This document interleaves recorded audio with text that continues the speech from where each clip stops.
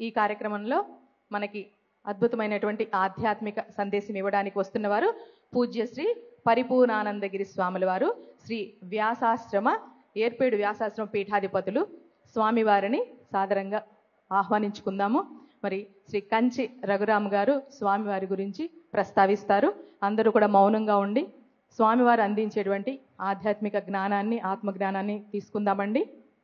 మరి స్వామివారు డిగ్రీ చదివినప్పటికీ తరువాత వైరాగ్యంతో ఆధ్యాత్మికతలోకి అడుగుపెట్టి కుల మత జాతి విభేదాలకు అతీతంగా ఆయన ఆత్మజ్ఞానాన్ని అందించారు. గురువు గారికి గట్టిగా కరతాళ ధ్వనులతో ఆహ్వానం పలుకుదాం.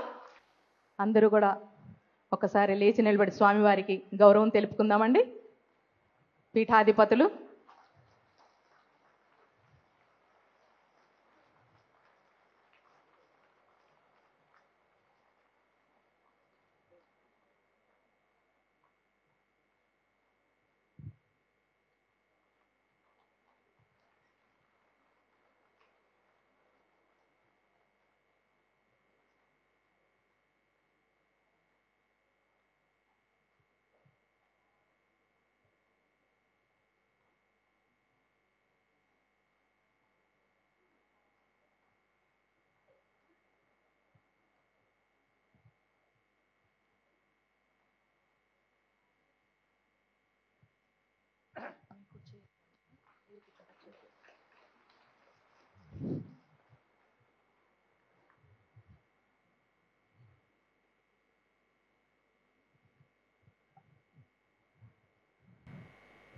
పూజ్య శ్రీ శ్రీ శ్రీ పరిపూర్ణానందగిరి స్వాముల వారు వ్యాసాశ్రమ వ్యాస పీఠాధిపతుల వారి పాదపద్మాలకు నమస్కరిస్తూ సభకు నమస్కారం.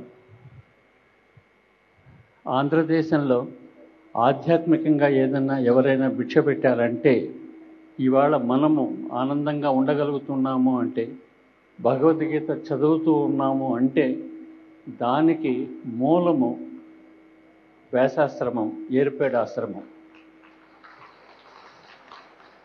మలయాళ స్వాముల వారు పేరు వినుంటారు అందరూ.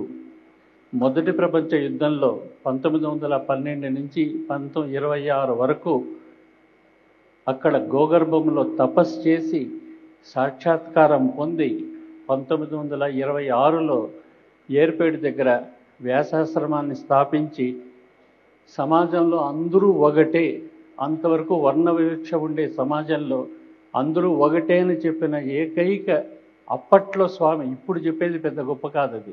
ఆనాడు శుష్క వేదాంత తమో భాస్కరం అనే ఒక బుక్ రాసి సమాజంలో అందరూ ఒకటే, శూద్రులకు కూడా ఆధ్యాత్మికంగా అర్హత ఉంది అని చెప్పిన వ్యక్తి మలయాళ స్వామి.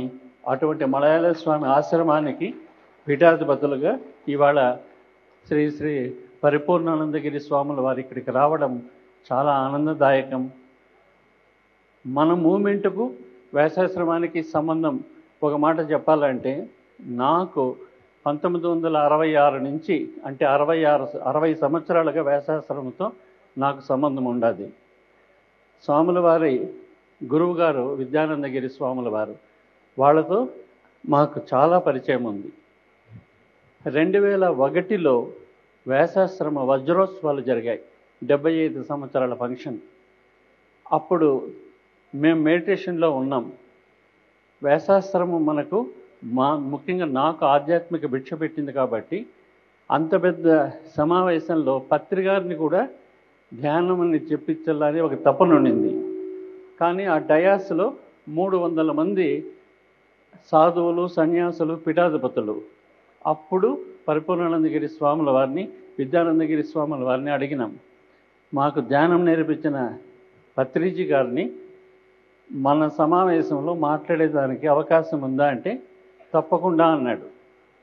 సో అట్లా ఆ రోజు ఆ మీటింగ్ చూస్తే 300 మంది సమావేశంలో అందరూ సాధువులే. వైట్ డ్రెస్ ఎవరు లేరు, ఒక్క పత్రికారు తప్పితే. అంతగా పత్రికారిని ఆ రోజు ఆహ్వానించి ఆ సభని ఉద్దేశించి వజ్రోత్సవాలలో ధ్యానాన్ని చెప్పే భాగ్యాన్ని కూడా మనకు ప్రసాదించింది పరిపూర్ణానందగిరి స్వాముల వారు. స్వాముల వారితో ఆ పత్రికారు మళ్ళీ 2-3 సార్లు కలిశాము. 2003 తిరుపతి ధ్యాన మహోత్సవాలు 7 రోజుల ఫంక్షన్ జరిగినప్పుడు ఆ రోజు ప్రారంభం చేసింది కూడా పరిపూర్ణానందగిరి స్వాముల వారే. సో వ్యాసాశ్రమానికి మనకు ఎందుకంటే మనం చేసే ఆధ్యాత్మికంతా కూడా చాలా ఎక్కువగా వ్యాసాశ్రమంలో కూడా ఎక్కువ ధ్యానము జ్ఞానము ఇదే సాంప్రదాయం. నెక్స్ట్ ఇంకోటి విశేషం ఏమిటంటే శాకాహారాన్ని 100% మనము టేకప్ చేస్తే దానికి 100% మద్దతు ఇచ్చింది కూడా మనకు వ్యాసాశ్రమే. ఇంకా మిగతా వాళ్ళు ఎవరు కూడా సమాజంలో అంతగా మనం చెప్తే వాళ్ళు ఎవరు రారన్నారు. కానీ స్వాముల వారు నెక్స్ట్ కొండపైన గోగర్భం ఉండాలి. ఆ గోగర్భంలో మనం ఎన్నోసార్లు పౌర్ణమి ధ్యానాలు పెట్టాం. దానికంతా కూడా సహాయము చేసింది టిఫిన్స్, ఆ అకామిడేషన్ అంతా కూడా స్వాముల వారు, వాళ్ళ శిష్యులు మన అసంగానందగిరి స్వాముల వారు. విశేషం ఏమిటంటే ఒక ఇంట్లో ఒకరు సన్యాసం చేసేదే కష్టం. అట్లాంటిది స్వాముల వాళ్ళు ఇద్దరు ఒక తల్లి గర్భంలో అన్నదమ్ముళ్ళు, కానీ ఇద్దరు ఒకటేసారి వాళ్ళకి విరక్తి అయింది. విద్యానందగిరి స్వాముల వారికి శిష్యరికం చేశారు. ఆ విద్యానందగిరి స్వాముల శిష్యరికంతో స్వాముల వారు సన్యాసం తీసుకొని, ఆ సన్యాసంలో ఫస్ట్ బట్టలు ఇచ్చింది మా అమ్మ నాన్న. అప్పుడు తర్వాత సన్యాసం తీసుకున్నాక భిక్షకు వస్తారు. భిక్ష పెడితేనే వాళ్ళకు సన్యాసం. ఫస్ట్ భిక్ష కూడా మా అమ్మ నాన్న పెట్టారు. అట్లా మాకు వ్యాసాశ్రమంతో చాలా సంతోషము. నెక్స్ట్ ఇయర్ వ్యాసాశ్రమ శత జయంతి ఉత్సవాలు 100 years ఫంక్షను జరుగుతూ ఉంది. స్వాముల వారు ఏం అదృష్టం చేసుకున్నారో ఏమో కానీ 50 years ఫంక్షను 76లో మేము చేశాం, గోల్డెన్ జూబిలీ. 76లో వజ్రోత్సవాలు చేశాం, సారే ఉన్నారు. ఇప్పుడు శత జయంతి కూడా సార్ ఆధ్వర్యంలోనే జరగడము చాలా ఆనందదాయకం. ఇది మనకు వ్యాసాశ్రమంతో ఉన్న సంబంధము చాలా సంతోషం. ఇవాళ స్వాముల వారు మాట్లాడే ముందు అసంగానందగిరి స్వాముల వారిని ఆయన సందేశం ఒక 5 నిమిషాలు. ఓం నమో బ్రహ్మాదిభ్యో బ్రహ్మ విద్యా సంప్రదాయకర్తృభ్యో వంశ ఋషిభ్యో మహద్భ్యో నమో గురుభ్యః. ఓం యుక్తాహార విహారాయ వివిక్తస్థలవాసినే మలయాళయతీంద్రాయ బ్రహ్మనిష్ఠాయ తే నమః. ఓం దివి భూమౌ తథాకాశే బహిరంతశ్చ మే విభుః యో విభాత్యవభాసాత్మా తస్మై సర్వాత్మనే నమః. మహర్షి సద్గురు శ్రీ మలయాళ స్వాముల వారికి, వారి పరంపరలో వచ్చినటువంటి పూజ్య శ్రీ శ్రీ శ్రీ విమలానందగిరి స్వాముల వారికి, పూజ్య శ్రీ శ్రీ శ్రీ విద్యానందగిరి స్వాముల వారికి, పూజ్య శ్రీ శ్రీ శ్రీ పరిపూర్ణానందగిరి స్వాముల వారికి, అలాగే పిరమిడ్ ధ్యాన కేంద్రం యొక్క వ్యవస్థాపకులు బ్రహ్మర్షి పత్రిజీ గారికి హృదయపూర్వక సాష్టాంగ దండ ప్రణామములు ఆచరిస్తూ, సాక్షాత్ పరబ్రహ్మ స్వరూపులైనటువంటి మీ అందరికీ కూడా హృదయపూర్వక నమస్కారములు చెల్లించుకుంటూ, మలయాళ స్వాముల వారు చెప్పినటువంటి గొప్పదైనటువంటి వాక్యము, దయగల హృదయమే భగవన్ నిలయము. ఎవరి హృదయంలో అయితే దయ అనేది ఉంటుందో వారి హృదయంలో భగవంతుడు నివాసం ఉంటాడని చెప్పారన్నమాట. కాబట్టి జీవుల యందు దయ కలిగి, దేవుని యందు భక్తి, జీవుల యందు దయ కలిగి ఉండమని స్వాముల వారు చెప్తూ ఉండేవారు అన్నమాట. మరి మనకి తీసుకునేటటువంటి ఆహారానికి మన మనస్సుకి చాలా సంబంధం ఉంటుందన్నమాట. భగవద్గీతలో కూడా 3 రకాల ఆహారాలను గురించి చెప్పడం జరిగింది. తామసిక ఆహారం, రాజసిక ఆహారము, సాత్విక ఆహారం. తామసిక ఆహారం అంటే బాగా కొంచెం పాచిపోయింది, నిలవ ఉన్నది, ఇటువంటిది అది తీసుకుంటే తమో గుణం వస్తుందన్నమాట. కొంచెం నిద్రగా ఉంటుంది, ఏ పని చేద్దామన్నా మళ్ళీ చేద్దాం అని పోస్ట్ పోన్ చేస్తూ ఉంటారు. రాజసిక ఆహారం అంటే మాంసము, చేపలు, గుడ్లు ఇవన్నీ తీసుకుంటే ఏంటంటే మనస్సు వేవరంగా ఎంతసేపు అశాంతిగా ఉంటుంది. కాబట్టి రాజసిక ఆహారం కూడా వద్దని చెప్పారు. సాత్విక ఆహారం అని అంటే పాలు, పండ్లు, ధాన్యాలు, చిరుధాన్యాలు, రకరకాలు మనకి వడ్లు, జొన్నలు, రాగులు, రకరకాల ధాన్యాలు ఉన్నాయి.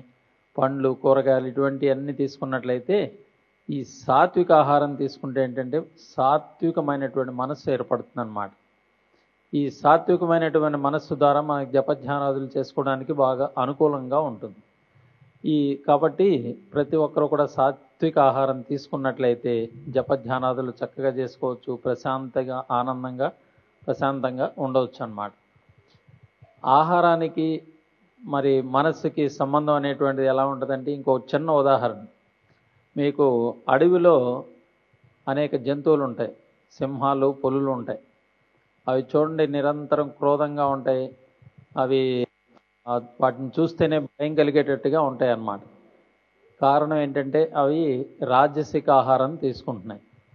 అదే అడవిలో లేళ్ళు ఉన్నాయి, దుప్పులు ఉన్నాయి, జింకలు ఉన్నాయి, లేదా ఏనుగులు ఉన్నాయి. ఇవన్నీ కూడా సాత్విక ఆహారం తీసుకుంటాయి కాబట్టి, అలాగే మన గోవులు ఉంటాయి, ఇవన్నీ కూడా సాత్విక ఆహారం తీసుకుంటాయి కాబట్టి మనుషులకు చక్కగా అలిమి అవుతూ మరి స్నేహంగా ఉంటాయన్నమాట. కాబట్టి ఆ తీసుకునేటువంటి ఆహారాన్ని బట్టే అక్కడ మనస్సు కూడా ఏర్పడింది. కాబట్టి తామసిక రాజసిక ఆహారాలను త్యజించి సాత్విక ఆహారం తీసుకోమని మనకి శాస్త్రాలు, మహాత్ములు బోధిస్తూ ఉన్నారు. కాబట్టి సాత్విక ఆహారం తీసుకోవడం వలన చాలా ఉపయోగాలు ఉన్నాయి. అలాగే మరి జంతువులు కూడా పాపం చూడండి, కోళ్ళు చక్కగా మనకి తెల్లవారుజామున లేచి మనకి టైం సూచించినట్టు కరెక్ట్గా మనకి మనం లేచి మన పనులు చేసుకోవడానికి చక్కగా సూచన ఇస్తున్నాయి అన్నమాట. అలాగే ఆ కోళ్ళు ఏమంటున్నాయంటే, ఓ మానవులారా, మాలో మాకు తగువులు పెట్టి మాకు కత్తులు కట్టి మాలో మేము చంపుకుంటుంటే చూసి ఆనందించి మళ్ళీ మమ్మల్ని తింటారా, ఏం కర్మ ఇది అని అడుగుతూ ఉన్నాయన్నమాట. అలాగే గోవులు చూడండి, మేము మీకు మంచి పాలు ఇస్తున్నాము, ఎరువునిస్తున్నాం, మంచి బలమైనటువంటి ఎడ్లను ఇస్తున్నాం వ్యవసాయం చేసుకోవడానికి, ఇలా సహాయం చేస్తున్న మమ్మల్ని మీరు చంపి తింటారా అని అవి అడుగుతూ ఉన్నాయి. అలాగే గొర్రెలు, మేకలు ఏంటంటే అవి కూడా మేము ఉన్నిని ఇవ్వటం ద్వారా మీకు చక్కగా వస్త్రాలు, కంబళ్ళు అవన్నీ నేసుకోవచ్చు. అలాగే పొలాల్లో వాటిని వేసవకాలం పెంట కట్టడం అంటారనమాట. వరుసగా వాటిని ఉంచడం వలన అదంతా పొలం కూడా సారవంతంగా అవుతుందన్నమాట. ఈ విధంగా జంతువులు అనేక విధాలుగా, ప్రకృతిలో ఉన్నటువంటి జంతువులు మనకి అనేక విధాలుగా. ఇక పంది అడుగుతాం చూడండి, మానవులారా నేను అశుద్ధాన్ని తింటాను, అశుద్ధాన్ని తినేటటువంటి నన్ను కూడా వదలకుండా మీరు నన్ను బలవంతంగా చంపి ఆ మాంసాన్ని ముక్కలుగా నరికి మీరు తింటున్నారు, ఇది ఏమ మర్యాదయా మీకని జంతువులు అడుగుతున్నాయి అన్నమాట. కాబట్టి మనకి మన శరీరానికి సాత్విక ఆహారం సూట్ అవుతుంది, వేరే జీవి యొక్క ఆహారం మన శరీరానికి సూట్ కాదనమాట. సాత్విక ఆహారం తొందరగా అరిగిపోతుంది, అలాగే శరీరం ఎప్పటికప్పుడు రోగాలు లేకుండా ఫ్రెష్గా ఉంటుందన్నమాట. అదే మాంసాహారం తీసుకుంటే అది అరగడానికి చాలా టైం పడుతుంది, మళ్ళీ లోపల మళ్ళీ ఆహారం తీసుకుంటారు. ఈ విధంగా రోజు మాంసం తినేవాళ్ళు ఉంటారు కొంతమంది. ఇక అటువంటి వారి పరిస్థితి ఈ పైల్స్ అని అవి ఇవి కాన్స్టిపేషన్ వచ్చి నానా ఇబ్బందులు పడుతూ ఉంటారు అన్నమాట.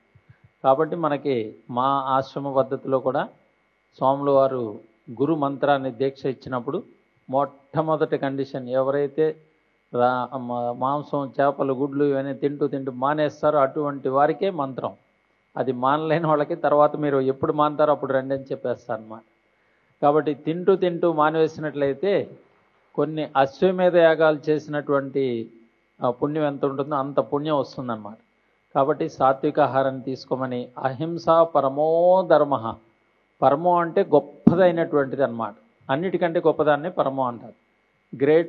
గ్రేటెస్ట్ అంటారు కదా, గ్రేట్ అంటే గొప్పది, గ్రేటర్ అంటే ఇంకో దానికంటే గొప్పది, గ్రేటెస్ట్ అంటే చాలా గొప్పది, దానికంటే గొప్పది ఇంకేం ఉండదు అన్నమాట. అట్లా అహింస పరమో ధర్మ అంటే అన్ని ధర్మాల్లోకెల్లా గొప్పదైనటువంటి ధర్మం అన్నమాట. మనకి అడవిలో అనేక జంతువులు ఉంటాయి. ఏనుగు యొక్క పాదం చాలా పెద్దగా ఉంటుంది, ఇతర జంతువుల యొక్క పాదాలన్నీ కూడా దానిలో ఇమిడిపోతాయి అన్నమాట. అలాగే అన్ని ధర్మాలు కూడా అహింసలో ఇమిడుతాయి. కాబట్టి అహింస అంటే మనస వాచ కర్మణ ఇతర జీవులకి మన ద్వారా కష్టం కలగకుండా, ఇబ్బంది కలగకుండా చూడటం ఏదైతే ఉందో ఇదే అహింస, ఇదే గొప్ప తపస్సు లాంటిది. ఇది ఒక్కటి పాటించినామంటే మిగిలిన అనేక ధర్మాలను పాటించినటువంటి వాళ్ళం అవుతాం అన్నమాట. కాబట్టి మీరందరూ కూడా ఈ సాత్విక ఆహారం తీసుకుంటూ చక్కగా జపధ్యానాదులు చేసుకుంటూ మీ యొక్క జీవితాలని ధన్యం చేసుకుని మరి గొప్పవారే తరించిపోవాల్సిందిగా కోరుచున్నాము. మరి పత్రిజీ గారు మీకు చూపించిన మార్గదర్శకంలో అనేక మంది అహింసా యాత్రలు చేస్తూ, నేను కూడా చాలా చోట్ల చూశాను, చాలా టౌన్లో పట్టణాల్లో కూడా బాగా అహింస గురించి యాత్రలు చేస్తూ ఉంటారు. మన జగపతిరాజు గారు కూడా యాత్ర చేస్తూ మా ఆశ్రమానికి వచ్చి స్వాముల వారి యొక్క ఆశీస్సులు కూడా తీసుకొని వెళ్ళారనమాట.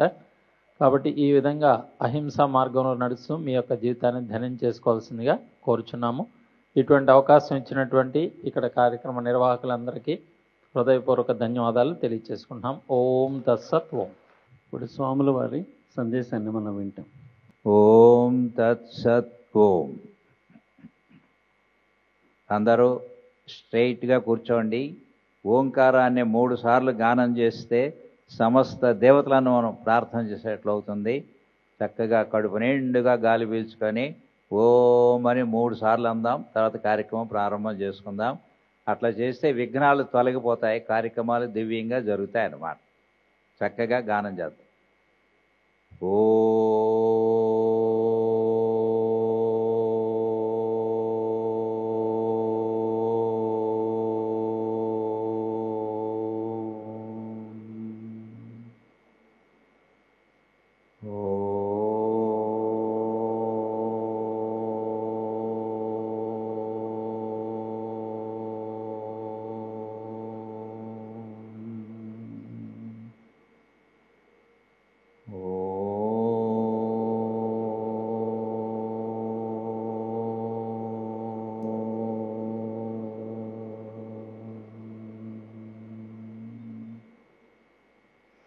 ఓం యుక్తాహార విహారాయ వివిక్తస్థలవాసినే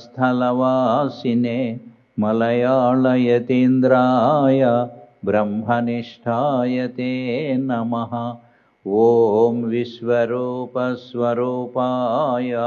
సచ్చిదానందరూపిణే విమలానందయతీంద్రాయ బ్రహ్మనిష్ఠాయ తే నమః. ఓం చరాచరస్వరూపాయ సచ్చిదానందరూపిణే విద్యానందయతీంద్రాయ బ్రహ్మనిష్ఠాయ తే నమః. ఓం వెంకటాద్రిసమం స్థానం బ్రహ్మాండే నాస్తి కించన వెంకటేశసమో దేవో న భూతో న భవిష్యతి. ఓం సాంబ శంభో మహాదేవ కృపాసాగర శంకర మచ్చిత్తభ్రమరో నిత్యం తవాస్తు పదపంకజే. ఓం కృష్ణం కమలపత్రాక్షం పుణ్యశ్రవణకీర్తనం వాసుదేవం జగద్యోనిం నౌమి నారాయణం హరిం. సర్వదేవతల యొక్క సర్వగురువుల యొక్క మహాదివ్య పాదారంధములకు అనన్య భక్తితో ప్రణామములు అర్పిస్తూ సాక్షాత్ పార్వతీ పరమేశ్వరులైన అమృత హృదయులైన పూజ్య మాతాపితృ దేవతలైన ధ్యాన యోగ వీర ధీరులైన మీ అందరికీ నమస్కారం.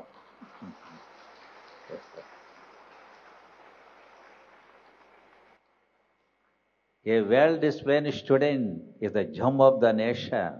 బాగా చదువుకున్నటువంటి విద్యార్థి మానవ జాతికే రత్నం. ఆ రత్నమే మా కంచి రఘురామ్ గారు అని తెలియజేస్తూ ఉన్నాం. చిన్ననాటి నుండి కూడా వ్యాసాశ్రమ సేవలు అంకితం అయిపోయి వారి జీవితాన్ని ధన్యత చేసుకున్నారు. పత్రిజీ గారు ఎవరో కాదు, సాక్షాత్తుగా గౌతమ బుద్ధుడే మళ్ళీ అవతరించారు. Non violence is the best principle in the whole world. ప్రపంచంలో అన్నిటికంటే గొప్పది ఏదంటే అహింసా వ్రతవారి మాట. దాన్ని మళ్ళీ ప్రచారం చేయటానికి ఆ గౌతమ బుద్ధుడే మళ్ళీ మన పత్రిజీగా ఒక వెలిగించినటువంటి అవతార పురుషులని సభాపూర్వకంగా మీకు తెలియజేస్తూ ఉన్నాం. అలాగే సద్గురు మహర్షి మలయాళ స్వాముల వారు అందరూ జ్ఞాన స్వరూపులని అహింసను జ్ఞానాన్ని బోధించడానికి అవతరించిన మరొక శ్రీకృష్ణ పరమాత్మగా మేము భావిస్తూ ఉన్నామని సభాపూర్వకంగా మీ అందరికీ తెలియజేస్తూ ఉన్నాం అన్నమాట. Meditation is very important to get salvation. మోక్షం పొందాలంటే ధ్యానం చాలా ప్రధానమైనటువంటిది అన్నమాట. ధ్యానంతో సమానమైనది ఇంకేది లేదు. అందుకని చక్కగా పత్రిజీ లక్షలాది మందికి, కోట్లాది మందికి ఈ ధ్యానాన్ని చేసే అవకాశాన్ని కల్పించినటువంటి మహనీయుడు మన పత్రిజీ వారు అన్నమాట.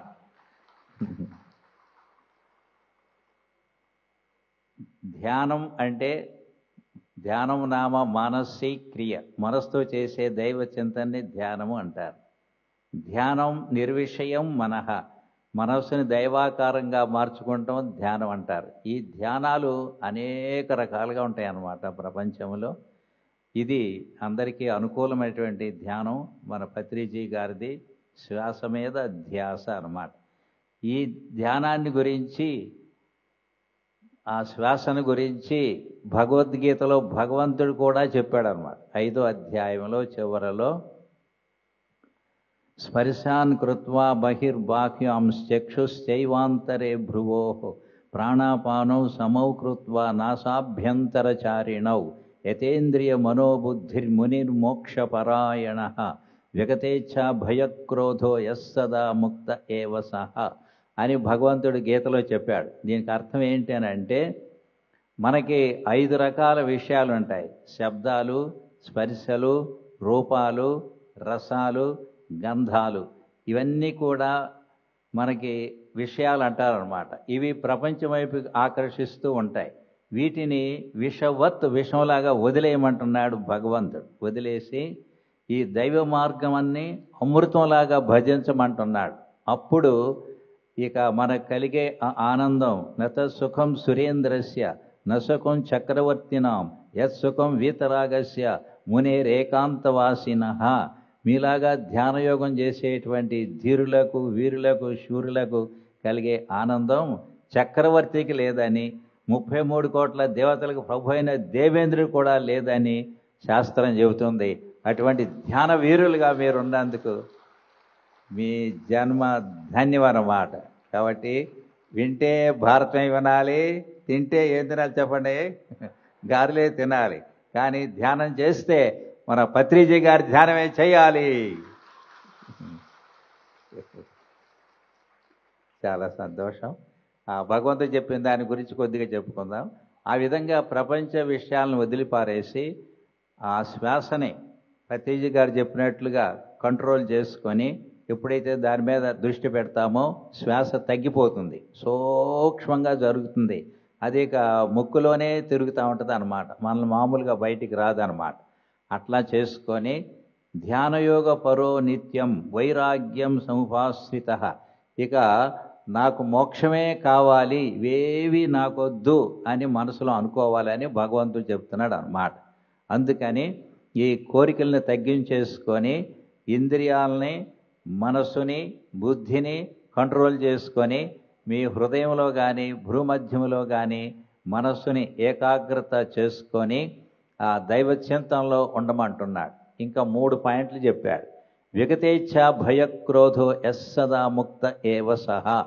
ఎవరు ఎప్పుడూ ముక్తుడు అని అంటే కోరికలను వదిలేయమంటున్నాడు. కోరికలే బంధానికి, దుఃఖానికి కారణమని గౌతమ బుద్ధుడు చెప్పాడు అన్నమాట.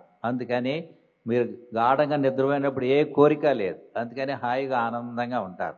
అందుకని ధ్యాన సమయంలో కోరికల్ని వదిలేయాలి అని భగవంతుడు చెప్తున్నాడు, భయాన్ని వదిలేయాలని చెప్తున్నాడు. అలాగే మన కోపాన్ని వదిలేయాలి, 3 వదిలేయాలి అని చెప్తున్నాడు. కోరికలను వదిలేయాలి, భయాన్ని వదిలేయాలి, కోపాన్ని వదిలేయాలి అని. ఎప్పుడైతే వీటిని వదిలేస్తామో మనం హ్యాపీగా ఫ్రీగా ఉంటాం. అట్లా ఎవరైతే ఉంటారో ఆయన ఇక్కడ సుఖంగా ఉంటాడు, మరణ అనంతరం పరలోకంలో సుఖంగా ఉంటాడు అని భగవంతుడు చెప్పాడు. అదే పద్ధతిలో చక్కగా మీరు ధ్యానం చేసుకుంటూ గంటలు ఉంటున్నారు అని అంటే మరి ఇది సామాన్యమైనటువంటి పని కాదు. అది పత్రిజీ గారి దివ్య శక్తి. మీ యొక్క ధీరత్వ, వీరత్వ, శూరత్వాలని సభాపూర్వకంగా మరి కొన్ని గంటలు కదలకుండా కూర్చోవాలి అని అంటే సామాన్యం చెప్పండి, అందరి వల్ల కాదనమాట. కాబట్టి మీ అందరికీ పూర్వజన్మ పుణ్యం ఉన్నది. అందుకని ఈ విధంగా చక్కగా సాధన చేసుకోగలుగుతున్నారు. ఇది మన జీవితానికి వరం అన్నమాట. ఆ విధంగా మన జీవితాన్ని ఉద్ధరేదాత్మన ఆత్మానం, you must develop your self, నీ జీవితాన్ని నువ్వే ధన్యత చేసుకో అని భగవంతుడు చెప్తున్నాడు. మన యాత్ర ఉంటుంది, దక్షిణ దేశ యాత్ర, ఉత్తర దేశ యాత్ర అని. కానీ ఒకటి శవయాత్ర ఉంటుంది. ఏం యాత్ర చెప్పండి? శవయాత్ర. అప్పుడేంటి మన పొజిషన్ అంటే, ధనంచ భూమౌ, మనకి ఎంత డబ్బు ఉండా మన ఎమ్మట రాదు. పశువస్తే గోష్ఠే, ఆవుల్ని గేదెల్ని రైతులు ఎంతో ప్రేమగా పెంచుకుంటారు, అవేమి ఎమ్మట రావు. కాంత గృహద్వారే, భార్య గారు గృహద్వారం దాటి రారు. జన శ్మశానే, బంధువులందరూ శ్మశానం దాకా వస్తారు.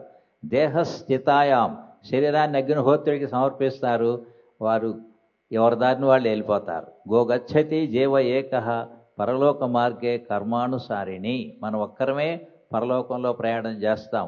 మంచి చేసుకున్నామా సుఖంగా ఉంటుంది, పాపం చేసుకున్నామా ప్రయాణం దుఃఖంగా ఉంటుంది. అందుకని long live for good deeds, 100 ఏళ్ళు బ్రతకాలని కోరుకోవాలి. బ్రతికినంత కాలం మంచి పనులే చేసుకోవాలి. ఆ పనులు అన్నిటిలో మంచి పని ఏదంటే ఈ ధ్యానం అని సభాపూర్వంగా మీ అందరికీ తెలియజేస్తూ ఉన్నా. ధ్యానాన్ని మించింది ఇంక ఏది లేదన్నమాట. మరి ఇందాక చిన్నస్వామి చెప్పినట్లుగా ఈ ధ్యానం బాగా కుదరాలి అని అంటే భగవంతుడు 7 అమృతాలను మనకు అందిస్తున్నాడు అన్నమాట. 1 భయాన్ని వదిలేయమంటున్నాడు, 2 కోపాన్ని వదిలేయమంటున్నాడు, 3 ఎక్కువగా ఆహారం తీసుకోవద్దు అంటున్నాడు. ఎక్కువగా ఆహారం తీసుకుంటే నిద్ర వస్తుంది అన్నమాట, ధ్యానం సరిగ్గా కుదరదు. అయితే అసలు తీసుకోకుండా ఉంటే ధ్యానం చేయాలంటే శక్తి చాలదు. యావరేజ్ ఫుడ్ మితంగా తీసుకోవాలి. మితంగా తీసుకుంటాం అంటే మీ యొక్క పొట్టని, మీ యొక్క కడుపుని 4 భాగాలుగా ఊహించుకొని సగభాగానికి ఆహారం తీసుకోవాలి, పావు భాగానికి నీటిని నింపాలి, పావు భాగం ఖాళీగా ఉన్నట్లయితే అది యావరేజ్ ఫుడ్ అంటారు, మితమైన ఆహారం అంటారు. ఆహారం సాత్వికంగా ఉండాలన్నమాట. సాత్వికంగా ఉన్నట్లయితే చక్కగా కూరగాయలు, పండ్లు, పాలు ఎన్నో మనకి ఇచ్చాడనమాట. ఈ సాత్విక ఆహారం తీసుకుంటే మనసు కూడా సత్వగుణంతో, సత్వాత్ సంజాయితే జ్ఞానం, మంచి గుణంతో నేను ఇది అంత పరమాత్మమయం అని హై లెవెల్కి వెళ్ళిపోతారు. ఇక ఆయన హాయిగా ప్రశాంతంగా ఉంటాడు. ఆ తర్వాత ఎక్కువగా నిద్రపోకూడదు అంటున్నాడు. ఎక్కువగా నిద్రపోతే కళ్ళు వస్తాయి, మితంగా నిద్రపోవాలి. అసలు నిద్ర లేకుండా ఉంటే ధ్యానంలో మళ్ళీ నిద్ర వస్తుంది అన్నమాట. ఆ తర్వాత సోమరితనాన్ని వదిలేయాలి అంటున్నాడు భగవంతుడు. 7 పాయింట్లు అన్నమాట. కాబట్టి సోమరితనం అంటే ఇప్పుడు 4 గంటలకు లేవాలి కదా, కోళ్ళు కూడా లేస్తాయి కదా. అలారం పెట్టుకున్నాడు, అలారం మోగింది, అప్పుడే 4 అయిందా అని దాన్ని నొక్కేసి ఇంకో గంట పడుకున్నాడు అనుకోండి, అది సోమరితనం. అట్లా కాకుండా 4 టకామని లేచి ధ్యానంలో కూర్చున్నారనుకోండి, అది సోమరితనం లేని స్థితి అన్నమాట. కాబట్టి ఆ విధంగా మీకు సోమరితనం లేదు కనుక మీరందరూ ధీరులు. చాలా సంతోషంగా ఉన్నది. ఆ విధంగా మన జీవితాన్ని మనమే ధన్యత చేసుకోవాలి. చక్కగా పలకండి. సామవేదంలో భగవంతుడు చెప్తున్నాడు, అందరూ పలకండి, జన్మ ధన్యమైపోద్ది. ఓం యత్ర అన్యతు న పశ్యతి, ఎదురుగుండా కనిపించే ప్రపంచం అంతా ఎవరంటే సాక్షాత్ భగవంతుడే. నేనే మీకు ఎదురుగా కనిపిస్తున్నాను. నేనిచ్చిన దివ్య నేత్రాల ద్వారా అందరినీ పరమాత్మగా చూసుకోండి. మీకు శ్రీరామచంద్రుడు ఇష్టమైతే రాముడిగా, శివుడు ఇష్టమైతే గంగాధరుడుగా, జటాధరుడుగా శివుడిగా చూసుకోండి. వెంకట స్వామి భక్తులైతే వెంకటేశ్వర స్వామిగా చూసుకోండి. జగన్మాత భక్తులైతే జగన్మాతగా చూసుకోండి. See every being as God. ఎప్పుడైతే ప్రతి ప్రాణిని భగవంతుడిగా మనం దర్శిస్తామో మనకు కలిగే సుఖశాంతులు అన్నీ హాయిగా ఆనందంగా ఉంటాం. శక్నోతి హైవ యస్సోఢుం ప్రాక్ శరీర విమోక్షణాత్ కామక్రోధోద్భవం వేగం సయుక్త సుఖీ నరహ. ఏ మానవుడు సుఖంగా ఉంటాడు అని అంటే మనం బ్రతికుండగానే మనలో ఉండేటువంటి కోపాలని, తాపాలని, అసూయల్ని, ద్వేషాలను ఎవరైతే వదిలేస్తారో వారు సుఖంగా ఉంటారు అని భగవంతుడు గీతలో చెబుతున్నాడు అన్నమాట. కాబట్టి మనం బ్రతికుండగానే మనలో ఉండేటువంటి ఏమైనా గుణాలు ఉంటే, చెడ్డ గుణాలు, వాటిని వదిలించుకోవాలి అన్నమాట. అందుకని చక్కగా మా రఘురామ గారు లాంటి ఒక ఆయన బ్రహ్మాండంగా పాయసం తయారు చేసి తెచ్చాడు. ఒక పక్క దేవతలనే ఒక పక్క రాక్షసుల్ని నిలబెట్టి, అయ్యా మీరు చెయ్యి వంగకుండా ఈ పాయసం తినాలి అని చెప్పారు. చెయ్యి వంగకుండా ఎలా తింటాం? చేతి వంగితేనే కదా. అందుకని రాక్షసులు ఏమీ చేయలేక అలా నిలబడిపోయినారు. దేవతలు ఏం చేశారు? ఒకళ్ళకొకళ్ళు ఎదురుగా నిలబడి చక్కగా పాయసాన్ని ఆనందంగా తినిపించారు, ఆనందంగా తిన్నారు. అట్లా మీరు దేవతలాగా ఉండాలని సభాపూర్వకంగా మీ అందరికీ తెలియజేస్తూ ఉన్నాం అన్నమాట. కాబట్టి మానవుడు 84 లక్షల జీవరాశులలో శ్రేష్టమైనటువంటిది మానవ జన్మ. ఈ జన్మ మనకు వచ్చినందుకు మన జీవితాన్ని మనమే ధన్యత చేసుకోవాలి. అలా కాకపోతే మళ్ళీ మానవ జన్మే వస్తుందని గ్యారంటీ లేదు, మళ్ళీ తక్కువ జన్మలు వస్తాయన్నమాట. అందుకని మనం ఎప్పుడైతే దైవ మార్గంలో ధ్యాన మార్గంలో ఉంటామో, చక్కగా సత్యధర్మాలను పాటిస్తామో, మళ్ళీ మానవుడిగా పుట్టవచ్చు, ఇంకా దేవతలు అయిపోతారు అన్నమాట. అందుకని తస్మాత్ జాగ్రత్త జాగ్రత్త అని భగవంతుడు హెచ్చరిక చేస్తున్నాడు అన్నమాట. What is life? The faultless life is life. దోషరహితమైన జీవితమే జీవితం అన్నమాట. జీవితము 4 అక్షరాలు ఉన్నాయి. జీ అంటే 100 ఏళ్ళు జీవించాలని కోరుకోవాలి. వి అంటే సద్గుణాల చేత వికసించాలి. ధన్యోస్తు కోయోస్తు పరోపకారి. ప్రపంచంలో ధన్యుడు ఎవరంటే ఇతరులకు మేలు చేసేటువంటి వాడు. కాబట్టి మన పత్రిజీ గారు ఉదయం జీవించు మన పుట్టబట్టి ఇప్పుడు టీవీలో 2 కోట్ల మంది చూస్తున్నారంటే గొప్పతనం చూడండి బాబాజీ వారి గారు. అట్లాగే మన మలయాళ స్వాములారి చరాచర సుఖాభిలాషి అంటారు. కదిలే ప్రాణులు, కదలనే ప్రాణులు అన్నీ కూడా సుఖంగా ఉండాలని అహింసను అమోఘంగా బోధించినటువంటి మరి యొక్క గౌతమ బుద్ధుడే మన మలయాళ స్వాముల వారు అనటంలో ఎటువంటి సందేహం లేదన్నమాట. వ్యాసాశ్రమాన్ని స్థాపించినప్పుడు ఆశ్రమం గేటు దగ్గర ఒక జుబి చెట్టు ఉండేది. దాని దగ్గర చుట్టుపక్కల వాళ్ళు బలిస్తూ ఉండేవారు. స్వాములారు వచ్చిన తర్వాత మమ్మల్ని బలి ఉండే కావాలంటే వాటిని చంపడానికి వీల్లేదంటే వాళ్ళకు భయం పుట్టిపోయి ఇక ఆపేశారు అన్నమాట. కాబట్టి ఆ విధంగా చక్కగా అహింసని మనం ఆచరించాలి, ఇతరులకి బోధించాలి. ధ్యాన యోగులైన మీరందరూ కూడా తెలిసిన ఒక పాయింట్ ఏమిటి అని అంటే, మాంసము అంటే అర్థము ఏమిటి? ఈ లోకంలో ఏ ప్రాణి యొక్క మాంసాన్ని మనం తింటామో పరలోకంలో అది మన తింటుంది. కాబట్టి తినవద్దు, తినిపించుకోనివద్దు. ధీరత్వం అన్నమాట. కాబట్టి ధీరులుగా ఉండాలి అని భగవంతుడు అంటున్నాడు అన్నమాట. కస్తి ధీర ప్రత్యేగాత్మానమైక్షత్ ఔరుత చక్షు అమృతత్వమిచ్చన్. ఎవరైతే తన జీవితాన్ని ధన్యం చేసుకోవాలి అనుకుంటారో అటువంటి వారు మీ విధంగా చక్కగా మీలాగా ధ్యానం చేసుకొని మన జీవితాన్ని మనమే ధన్యత చేసుకోవాలి. అటువంటి వాడిని ధీరుడు అని ఒక బిరుదునిస్తున్నాడు యమధర్మరాజు. అటువంటి ధీరులే మీ అందరం సభాపూర్వకంగా మీ అందరికీ తెలియజేస్తూ ఉన్నాం అన్నమాట. చాలా సంతోషం. అయితే పత్రిజీ గారికి మన క్లాప్స్ ఇవ్వటం అంటే చాలా సంతోషం. ఎందుకు అని అంటే మన చేతుల్లో నరాలు ఉంటాయి అన్నమాట, అరిచేతుల్లో అరికాళ్ళు. ఎప్పుడైతే మనం క్లాప్స్ చేస్తామో అవి బాగా వర్క్ చేసి మనసుకి ఆహ్లాదంగా ఆనందంగా ఉంటుంది అన్నమాట. పత్రిజీ చాలా దూరదృష్టి కలిగినటువంటి వారు అన్నమాట. అందుకని ఆ విధంగా క్లాప్స్ అనేది ఒక మనకి సంతోషం, వాళ్ళందరికీ సంతోషాన్ని కలిగించేదంటే క్లాప్స్ కొడుతున్నారు అన్నమాట. అందుకని ఆ విధంగా పత్రిజీ గారు అలవాటు చేశారు కాబట్టి చాలా సంతోషం అన్నమాట.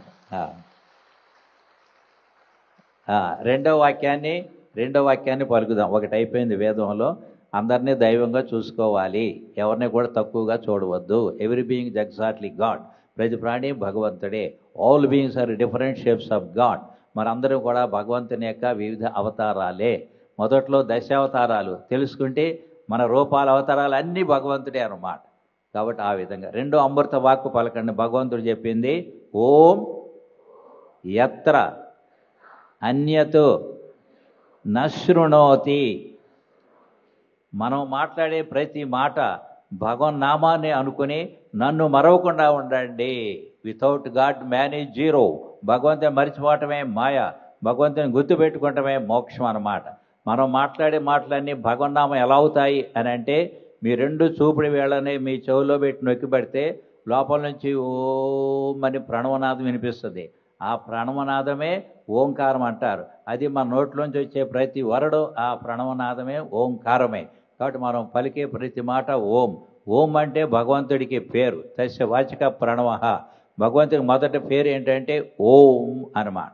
కాబట్టి మనం మాట్లాడే మాటలన్నీ ఓంకారంగా భగవన్నామంగా భావించుకొని నన్ను మరవకుండా ఉండండి అని భగవంతుడు అంటున్నాడు. 3వ పాయింట్ పలకండి. ఓం యత్ర అన్యత్ న విజానాతి. ఎదురుగుండా కనిపించే ప్రతి ప్రాణిగా నేనే ఉన్నాను కనుక నేనిచ్చిన మనస్సు ద్వారా ప్రతి ప్రాణిని భగవంతుడనే తెలుసుకోండి. మనం భగవంతుడిని చూస్తున్నాము, కానీ భగవంతుడని తెలియక మనుషులుగా, పశువులుగా, పక్షులుగా ఆ భగవంతుడిని చూస్తున్నాము. అలా చూడవద్దు. ప్రతి ప్రాణిని భగవంతుడనే తెలుసుకోండి, భగవంతుడిగానే చూసుకోండి. ఎవరికి సేవ చేస్తున్నా చక్కగా భగవంతుని సేవ అనుకోండి. చక్కగా పలకండి. ఓం మాతృదేవో భవ, పితృదేవో భవ. మనం భూలోకానికి వచ్చాము అని అంటే మన తల్లిదండ్రులు ఉండబట్టే. కాబట్టి మీ అమ్మా నాన్న ఉంటే చక్కగా సేవ చేయండి, లేకపోతే వారి జ్ఞాపకార్థంగా అనేక పుణ్యకార్యాలు చేయండి. ఇప్పుడు ఈ మహాయజ్ఞం జరుగుతుంది, వాళ్ళ పేరుతో అన్నదానానికి ఇచ్చుకోండి, ఖర్చులకి ఇవ్వండి. మీ జన్మ ధన్యమవుద్ది, వాళ్ళ జన్మ ధన్యమవుద్ది అన్నమాట. కాబట్టి ఆ విధంగా ఉన్నప్పుడు సేవ, లేనప్పుడు ధర్మకార్యాలు వాళ్ళ జ్ఞాపకార్థంగా చేయాలి. ఆ తర్వాత ఆచార్య దేవో భవ. స్వామీజీలని, గురువుల్ని దేవుడిగా భావించుకోవాలి. కాబట్టి పత్రిజీ గారు ఉండబట్టే కదా మీరందరి జీవితాలు ధన్యమైనవి. కాబట్టి స్వామీజీని ఒక మహాత్ముడిగా, గురువుగా, అవతార పురుషుడిగా భావించండి, మీ జన్మ ధన్యమైపోతుంది అన్నమాట. కాబట్టి ఆ విధంగా ఉండాలి అన్నమాట. అతిథి దేవో భవ, గెస్ట్ ఈజ్ గాడ్. మన ఇంటికి ఎవరైనా వస్తే వాళ్ళని దేవుడిగా భావించి వాళ్ళు ఏదైనా సహాయం కోరితే మనకు ఉన్నంతలో దాన ధర్మాలు చేసుకుంటూ ఉంటే జన్మ ధన్యమైపోదు. యజ్ఞో దానం తపశ్చైవ పావనాని మనీషిణాం. భగవంతుడు చెప్తున్నాడు, అప్పుడప్పుడు యజ్ఞాలు చేస్తే దేవతలు ఆనందపడి వర్షాలను ఇస్తారు. దానం చేసుకుంటే మళ్ళీ మనకి భగవంతుడు ఇస్తూనే ఉంటాడు. దానం చేయకపోతే అదాన దోషేణ భవే దరిద్రః. పూర్వజంలో మీరు దానం చేశారు కాబట్టి ధనం ఇచ్చాను, ఇప్పుడు కూడా ఉన్నంతలో దాన ధర్మాలు చేసుకోండి. అలా చేయకపోతే వచ్చే జన్మలో నీకు ధనం ఇవ్వనంటున్నాడు భగవంతుడు అన్నమాట. అందుకని దానాలు చేసుకోండి. ఈ కార్యక్రమానికి మరి మా రఘురాం గారు చెప్పారు, మరి 15 లక్షలు, 5 లక్షలు, 50,000, 25,000 వాళ్ళ శక్తిని బట్టి ఇచ్చి వాళ్ళ జీవితాలని ధన్యత చేసుకున్నారు అన్నమాట. అట్లా ఆ విధంగా దానం అనేది ఒక ధీరత్వం అనమాట. అందరూ దానం చేయలేరు అనమాట, మీలాంటి ధీరులే చేస్తారన్నమాట. యజ్ఞము, దానము, తపస్సు. తపస్సు అంటే ధ్యానం, మెడిటేషన్ అన్నమాట. ఈ విధంగా 3 పనులు దీంట్లో ఉన్నాయి అని సభాపూర్వంగా మీ అందరికీ తెలియజేస్తున్నాం. కూర్చుంటమే యజ్ఞం, దానం అందరూ తలా కొంత ఇస్తూనే ఉన్నారు, అది దానం. చక్కగా కూర్చుని ధ్యానం చేస్తున్నారు కాబట్టి ఇది తపస్సు. కాబట్టి భగవంతుడు చెప్పిన 3 విషయాలను మీ జీవితంలో ప్రాక్టీస్లో చేస్తున్నారు కాబట్టి జన్మ ధన్యం. ఒక 3 వదిలేయమంటున్నాడు. ఏంటంటే అధర్మ రూపమైన కోరికలు ఉండకూడదు, లోభత్వం ఉండకూడదు, కోపం ఉండకూడదు. వీటిని వదిలేసినామంటే మనం మాట్లాడే దేవుడిగా, మాట్లాడే దేవతలుగా మారిపోతాం అన్నమాట. అందుకని మనం నిజంగా మన జీవితం ధన్యం కావాలి అని అంటే ముక్తిమిచ్చసి చేత్తాత విషయాన్ని విషవత్యజ క్షమార్జవ దయాతోషం సత్యం పీయూషవద్ భజ. ఒక మహాత్ముడు, అష్టావక్ర మహర్షి అని మహాత్ముడు జనక చక్రవర్తికి చెబుతున్నాడు, మనం నిజంగా నీ జీవితం ధన్యం కావాలంటే ఓ రాజా, శబ్దాది ప్రపంచ వ్యామోహాలను విశ్వంలాగా వదిలేయి సద్గుణాలని అమృతంలాగా భజించు, అప్పుడు నీ జన్మ ధన్యమైపోతుంది అని చెప్పాడు. మొట్టమొదటిగా క్షమ. Everyone must have patience. ప్రతివారు కూడా ఓర్పు కలిగి ఉండాలి అన్నమాట. ఆ ఓర్పు ఎలా ఉండాలి అని అంటే శివాజీ చక్రవర్తి గురుదేవులు సమర్థ రామదాస్, ఆయన 10 మంది శిష్యులతో శివాజీ చక్రవర్తిని చూడాలని వెళుతూ ఉన్నారు. 11 గంటలు అయిపోయింది. ఒక చెట్టు కింద కాసేపు కూర్చుందాం, ఇంకా 1 గంట ప్రయాణం చేస్తే శివాజీ భవనం వస్తుందని కూర్చున్నారు. చుట్టూ షుగర్ కేన్, చక్కగా చెరుకు బ్రహ్మాండంగా ఉందన్నమాట.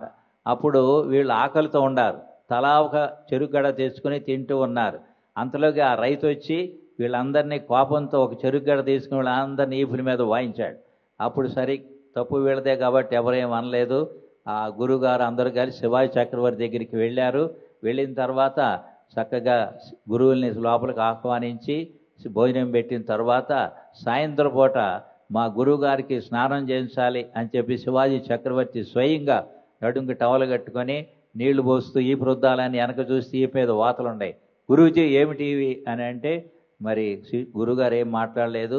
పక్క శిష్యులందరూ కూడా గురువుగారిని కాదు మా అందరినీ కొట్టాడు అని చెప్పి అందరూ వాతలు చూపించారు. శివాజీ గారికి చాలా బాధ కలిగింది. ఎవరో తెలుసుకున్నాడు ఆ రైతు. మొదటి రోజు శివాజీ గురువుగారిని సింహాసనం మీద కూర్చోబెట్టి తాను పాదాల దగ్గర కూర్చున్నాడు. ఆ రైతుని పిలిపించారు. చూడగానే ఆయనకు భయం పుట్టిపోయింది. ఓహో, రాజుగారి గురువు అంటే నేను ఇంకా 10 చెరుగడలు ఇచ్చేవాడిని, ఎంత పొరపాటు అయిపోయిందని గడగడ గడగడ వణికిపోతున్నాడు. అప్పుడు శివాజీ చక్రవర్తి చెప్పాడు, ఓ గురూజీ, ఈయన నిన్న మన శిష్యుల్ని బాధించిన వారు, ఈయనకేమి శిక్ష చెప్పమంటారు అన్నారు. అప్పుడు గురువుగారు ప్రేమగా మృదుమధురంగా నవ్వుతూ, శివాజీ చక్రవర్తి, ఆ రైతు ఏదో పొరపాటు చేశాడని మనం పొరపాటు చేయకూడదు, ఆయనకి క్షమాభిక్ష పెడుతున్నాం మేము, ఆయనకి ఎన్ని ఎకరాలు భూమి ఉంది అన్నిటికీ శిస్తు లేకుండా చేసేయండి, ఇది శిక్ష అన్నాడు. చూసారా ఎంత ఓర్పు కలిగి ఉంటారు. మనమైతే ఇంక ఊరుకునే వాళ్ళమే చెప్పండి.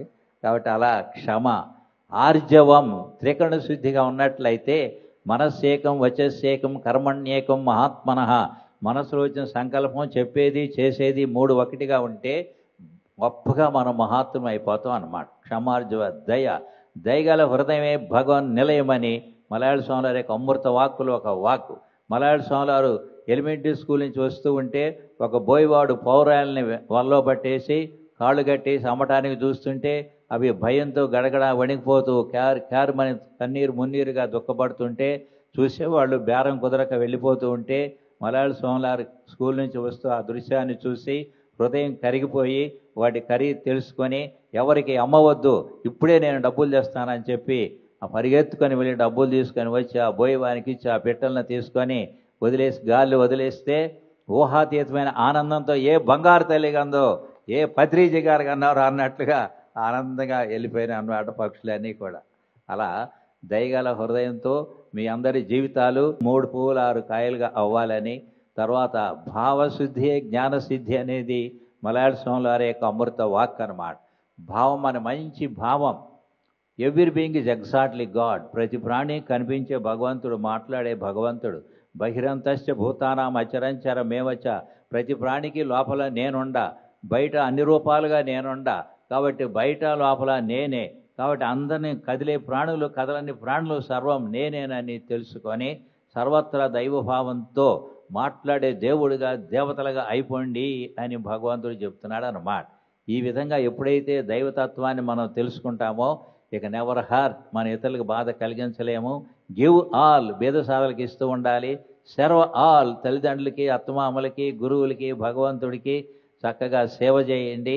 ఒక్కొక్కరు మాట్లాడే దేవుడిగా మాట్లాడే దేవతలుగా అయిపోవాలి అనేది ఈ సభాపూర్వంగా మీ అందరికీ తెలియజేస్తూ ఉన్నాం అన్నమాట. కాబట్టి there are 3 great men in the whole world. ప్రపంచంలో 3 గొప్పవారు ఉన్నారు. Who are they? A brave man, a man of knowledge and a man of service. ధైర్యవంతుడు, బాగా చదువుకున్నవాడు, సేవ చేసేటువంటి వాడు. అటువంటి 3 గుణాలు భద్రీజీ గారికి ఉన్నాయి. కాబట్టి ధీరుడు. మలయాళ స్వామి వారు కూడా అటువంటి గుణాలు కలిగిన ధీరుడు. చాలా సంతోషం. ఈ కార్యక్రమానికి ఏర్పాటు చేసి మరి మనం వచ్చేటట్లుగా చేసిన దానికి ఎవరు ముఖ్యమనంటే మా కంచి ప్రకాష్ గారు, మా రఘురామ్ గారు. చక్కగా వారందరూ కూడా త్రిమూర్తులాగా 3 బ్రదర్స్, ముగ్గురు కూడా వారి జీవితం 3 పువ్వులు 6 కాయలుగా అవ్వాలని, మీ అందరి జీవితాలు 3 పువ్వులు 6 కాయలుగా నిత్య కళ్యాణం పచ్చతోరణంగా అవుగాక, మీరు స్వర్గమై మీరు దేవతలై హాయిగా ఆనందంగా ఉందరుగా. స్వామివారిని సత్కరించుకుందామండి. మరి ఇప్పుడు వైజాగ్ నుండి వచ్చిన వైజాగ్ పిరమిడ్ స్పిరిచువల్ సొసైటీ అధ్యక్షులు శ్రీ రెడ్డి నాయుడు గారిని మరియు వారి సోదరులు శ్రీ అప్పలనాయుడు గారిని సాదరంగా ఆహ్వానిస్తున్నాం. గురువు గారిని సత్కరించుకుందామండి. Music please. ఒక్కసారి అందరం గురువు గారికి ఎంత ప్రదోష వేళ ఎంత అద్భుతమైన ఆశీర్వచనం పొందాం మనము. మరి వారి దర్శనం మన అదృష్టం. అందరూ నిలబడి ఒక్కసారి కరతాళ ధ్వనులతో ఆయనకి పాదాభివందనం చేసుకుందామండి.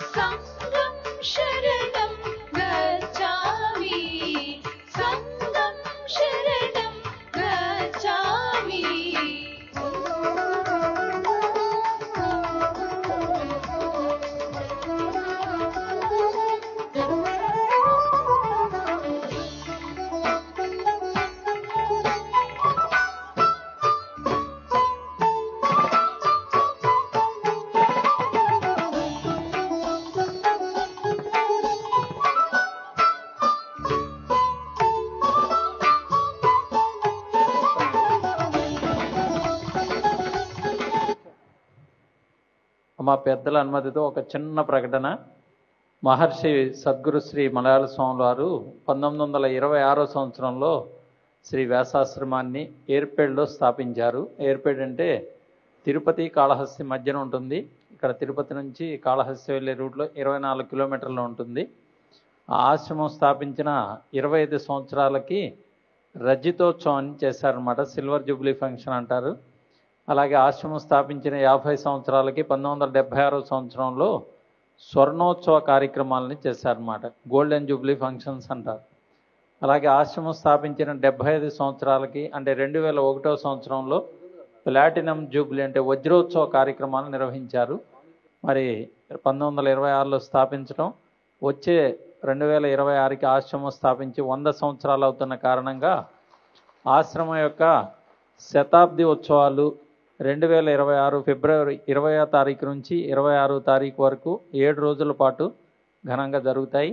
భారతదేశంలో ఉన్నటువంటి అనేక మంది సాధు మహాత్ముల్ని, ఇక్కడ దక్షిణ భారతదేశంలో ఆంధ్ర, కర్ణాటక, తమిళనాడు, కేరళ, మహారాష్ట్ర, అలాగే ఉత్తర భారతదేశంలో హరిద్వార్, ఋషికేశ్, మధుర, బృందావనం, అయోధ్య, వారణాసి, గంగోత్రి, ఇలా అనేక ప్రాంతాల నుంచి, పంజాబ్, బీహార్, రాజస్థాన్ అనేక ప్రాంతాల నుంచి సాధు మహాత్ములను పిలిపించి అఖిల భారత సాధు సమ్మేళనం కార్యక్రమం జరుగుతుంది. కొన్ని యజ్ఞ కార్యక్రమాలు, సాంస్కృతిక కార్యక్రమాలు కూడా ఉంటాయి. వచ్చినటువంటి వారందరికీ కూడా భోజన వసతులన్నీ ఏర్పాటు చేయబడతాయి. కాబట్టి అవకాశం ఉన్నటువంటి వారందరూ కూడా వచ్చి ఆ కార్యక్రమంలో పాల్గొనవచ్చు. ఎవరైనా రావచ్చు. ఈ సభాపూర్వకంగా మీ అందరినీ ఆహ్వానిస్తున్నాం. ఓం తత్సత్ ఓం. ఈ అవకాశం ఇచ్చినటువంటి పెద్దలందరికీ ధన్యవాదాలు. ఓం తత్సత్ ఓం. హైదరాబాద్ ట్రస్టీ మాస్టర్స్ అందరూ వేదిక మీదకి రావాలి. పిఎంసి ట్రస్టీ వాళ్ళందరూ వేదిక మీదకి రావాల్సింది కోరుకుంటున్నాం. స్వామివార్లు ఇద్దరికి, మన విజయభాస్కర్ రెడ్డి గారు, అలాగే మారం గారు,